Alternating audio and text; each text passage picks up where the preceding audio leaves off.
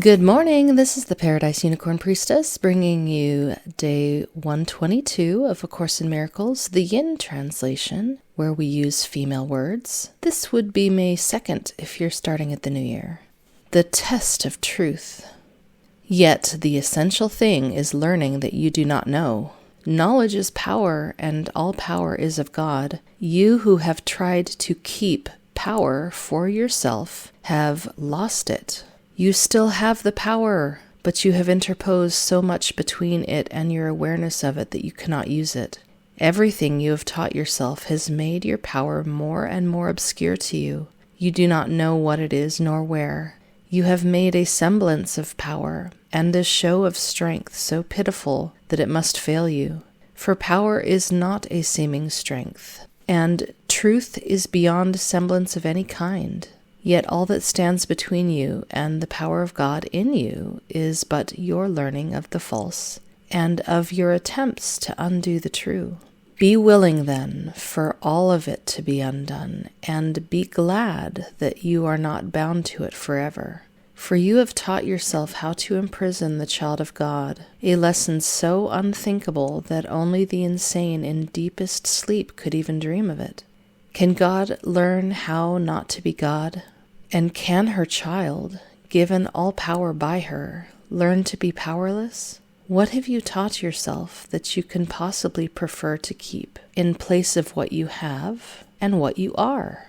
Atonement teaches you how to escape forever from everything that you have taught yourself in the past, and by showing you only what you are now. Learning has been accomplished before its effects are manifest. Learning is therefore in the past, but its influence determines the present by giving it whatever meaning it holds for you. Your learning gives the present no meaning at all. Nothing you have ever learned can help you understand the present or teach you how to undo the past. Your past is what you have taught yourself. Let it all go. Do not attempt to understand any event or anything or anyone in its light, for the darkness in which you try to see can only obscure.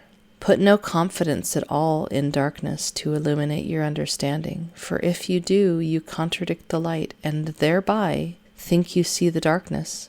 Yet darkness cannot be seen, for it is nothing more than a condition in which seeing becomes impossible.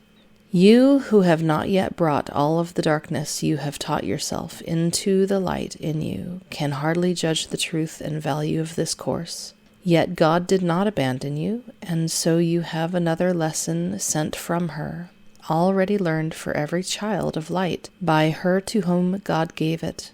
This lesson shines with God's glory, for in it lies her power, which she shares so gladly with her child.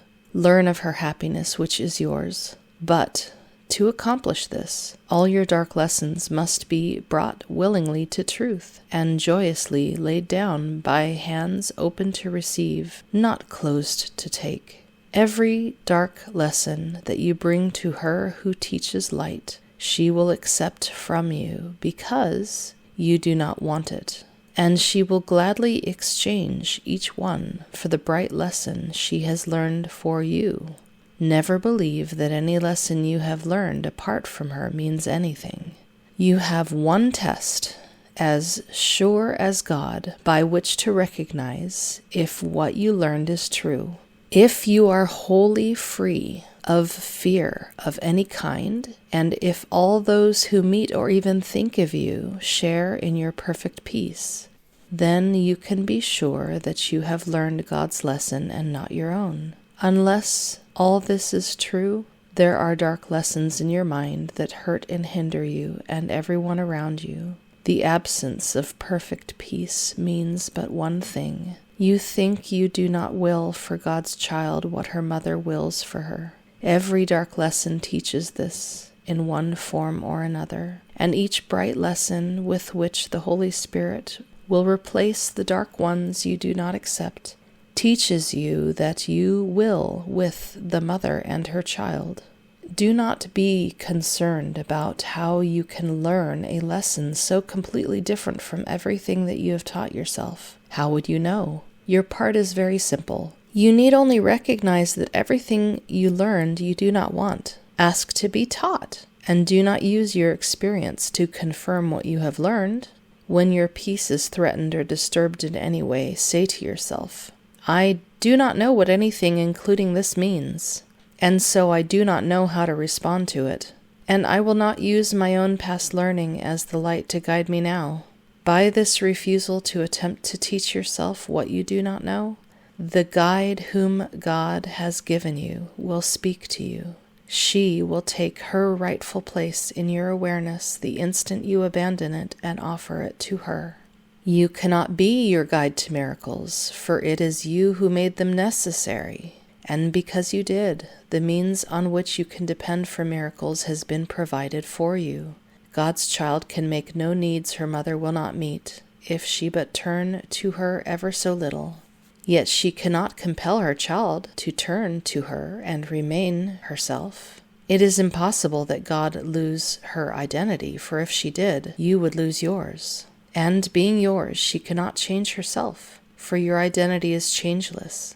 The miracle acknowledges her changelessness by seeing her child as she always was, and not as she would make herself. The miracle brings the effects that only guiltlessness can bring, and thus establishes the fact that guiltlessness must be. How can you, so firmly bound to guilt and committed so to remain, establish for yourself your guiltlessness?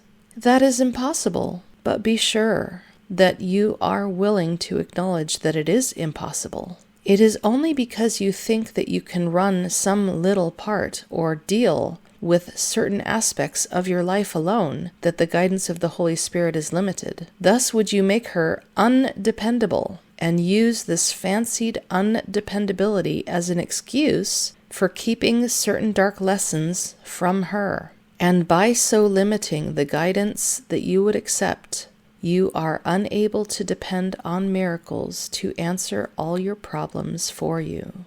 Do you think that what the Holy Spirit would have you give, she would withhold from you? You have no problems that she cannot solve by offering you a miracle. Miracles are for you, and every fear or pain or trial you have has been undone. She has brought all of them to light, having accepted them instead of you, and recognized they never were. There are no dark lessons she has not already lightened for you. The lessons you would teach yourself she has corrected already. They do not exist in her mind at all, for the past binds her not, and therefore binds not you. She does not see time as you do, and each miracle she offers you corrects your use of time and makes it hers. She who has freed you from the past would teach you are free of it. She would but have you accept her accomplishments as yours because she did them for you, and because she did, they are yours. She has made you free of what you made. You can deny her, but you cannot call on her in vain. She always gives her gifts in place of yours. She would establish her bright teaching so firmly in your mind that no dark lesson of guilt can abide in what she has established as holy by her presence. Thank God that she is there and works through you, and all her works are yours. She offers you a miracle with every one that you let her do through you. God's child will always be indivisible, and as we are held as one in God, so do we learn as one in her.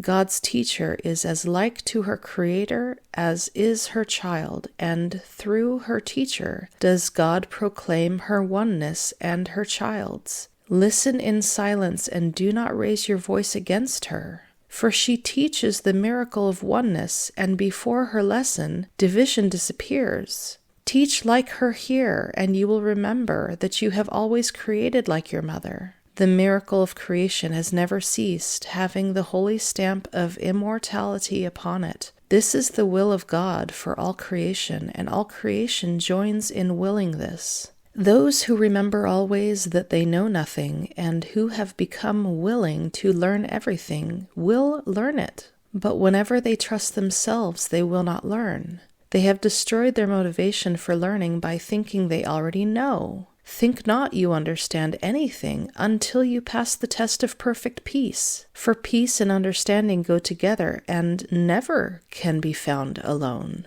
Each brings the other with it, for it is the law of God that they be not separate. They are cause and effect, each to the other, so where one is absent, the other cannot be. Only those who recognize they cannot know, unless the effects of understanding are with them, can really learn at all. For this, it must be peace they want, and nothing else. Whenever you think you know, peace will depart from you, because you have abandoned the teacher of peace. Whenever you fully realize that you know not, peace will return, for you will have invited her to do so by abandoning the ego on behalf of her. Call not upon the ego for anything. It is only this that you need do. The Holy Spirit will, of herself, fill every mind that so makes room for her. If you want peace, you must abandon the teacher of attack. The teacher of peace will never abandon you. You can desert her, but she will never reciprocate, for her faith in you is her understanding. It is as firm as is her faith in her Creator, and she knows that faith in her Creator must encompass faith in her creation. In this consistency lies her holiness, which she cannot abandon, for it is not her will to do so. With your perfection ever in her sight, she gives the gift of peace to everyone who perceives the need for peace, and who would have it.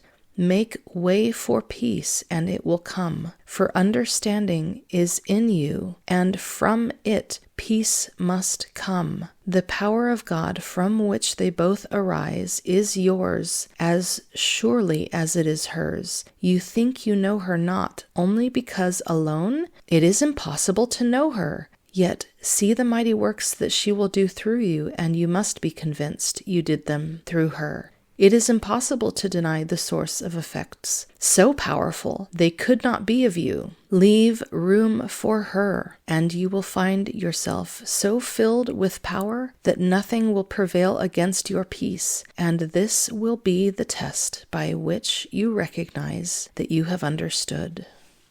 Wow. This reading today, yes, it does tell us about this test of peace that teaches us whether or not we have finished learning.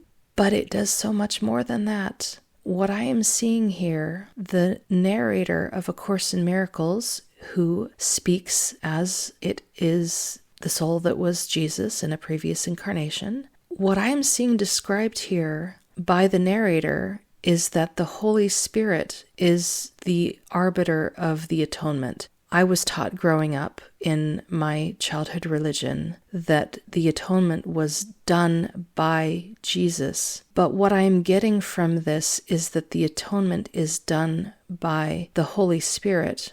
And I do recall the narrator saying that in that life as Jesus, the last lesson that soul learned was to listen only to the voice for God and no other voice. And so perhaps that incarnation was the first life that followed the Holy Spirit completely. We see here described that thing that I said I didn't understand yet, the distinction between bringing illusions to truth rather than our attempts to bring truth into illusion. It's saying that the Holy Spirit has already done it for us. We just have to receive it. We just have to acknowledge it. That the Holy Spirit has already accomplished it. We just have to accept her accomplishments as our own. So the Holy Spirit holds in her mind the perfected version of every one of us, and that's the only thing that she acknowledges as being reality at all. She just dismisses everything else as being insubstantial. It doesn't exist. It's not even there.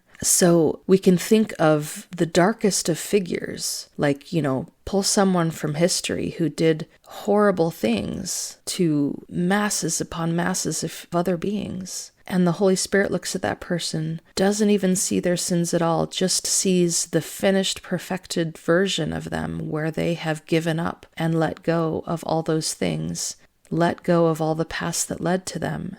And of course, we ourselves are being asked to also let go of all the past that led up to those things. We all let it all go together so that we all can be that beautiful, glorious, perfected version of ourselves that's the only thing that the Holy Spirit acknowledges as reality. It's a lot to think about. All right, lesson 122. Forgiveness offers everything I want. What could you want forgiveness cannot give? Do you want peace? Forgiveness offers it. Do you want happiness, a quiet mind, a certainty of purpose, and a sense of worth and beauty that transcends the world? Do you want care and safety and the warmth of sure protection always? Do you want a quietness that cannot be disturbed, a gentleness that never can be hurt, a deep, abiding comfort, and a rest so perfect it can never be upset? All this forgiveness offers you, and more. It sparkles on your eyes as you awake and gives you joy with which to meet the day. It soothes your forehead while you sleep and rests upon your eyelids so you can see no dreams of fear and evil, malice and attack. And when you wake again, it offers you another day of happiness and peace. All this forgiveness offers you, and more.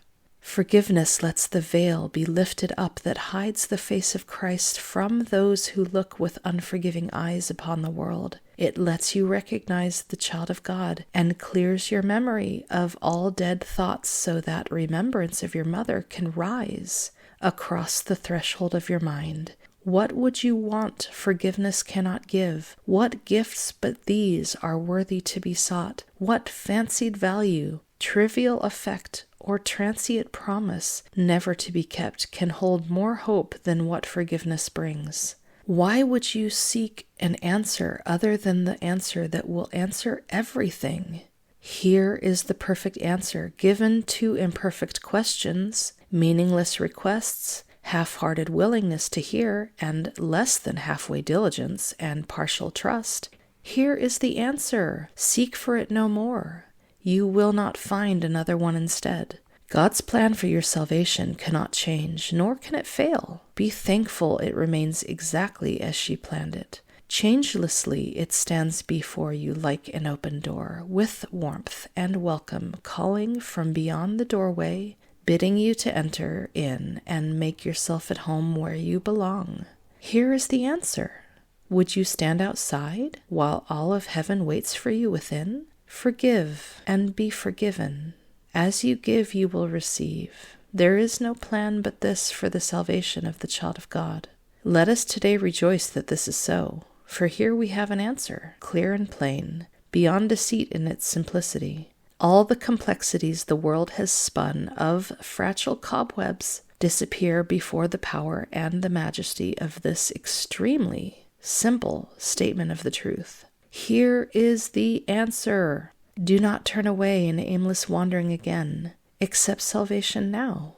It is the gift of God and not the world. The world can give no gifts of any value to a mind that has received what God has given as its own. God wills salvation be received today, and that the intricacies of your dreams no longer hide their nothingness from you. Open your eyes today and look upon a happy world of safety and of peace. Forgiveness is the means by which it comes to take the place of hell. In quietness, it rises up to greet your open eyes and fill your heart with deep tranquility as ancient truths, forever newly born, arise in your awareness. What you will remember then can never be described. Yet your forgiveness offers it to you. Remembering the gifts forgiveness gives, we undertake our practice today, with hope and faith that this will be the day salvation will be ours. Earnestly and gladly will we seek for it today, aware we hold the key within our hands, accepting heaven's answer to the hell we made, but where we would remain no more. Morning and evening do we gladly give a quarter of an hour to the search in which the end of hell is guaranteed. Beginning in hopefulness, we will have reached the turning point at which the road becomes far easier. And now the way is short that yet we travel. We are close indeed to the appointed ending of the dream. Sink into happiness as you begin these practice periods, for they hold out the sure rewards of questions answered and what your acceptance of the answer brings. Today it will be given you to feel the peace forgiveness offers and the joy the lifting of the veil holds out to you. Before the light you will receive today, the world will fade until it disappears, and you will see another world arise you have no words to picture. Now we walk directly into light, and we receive the gifts that have been held in store for us since time began, kept waiting for today. Forgiveness offers everything you want. Today, all things you want are given you. Let not your gifts recede through the day as you return again to meet a world of shifting change and bleak appearances. Retain your gifts in clear awareness as you see the changeless in the heart of change, the light of truth behind appearances. Be tempted not to let your gifts slip by and drift into forgetfulness, but hold them firmly in your mind by your attempts to think of them at least a minute as each quarter of an hour passes by. Remind yourself how precious are these gifts with this reminder, which has power to hold your gifts in your awareness throughout the day. Forgiveness offers everything I want. Today I have accepted this is true. Today I have received the gifts of God. That's a very beautiful lesson, and I am laughing inside as I read it because it feels like the as seen on TV, forgiveness. But wait, there's more. Don't delay, act now. It's just the language. It's cute to think of it through that lens. But this seems like a pretty good deal. Give up all the hell that you've ever been experiencing, all the hell that you've become so accustomed to and built up such a tolerance of pain for. Heaven is yours today. Act now. So anyway, dear listener, don't delay, act now. And happy practicing.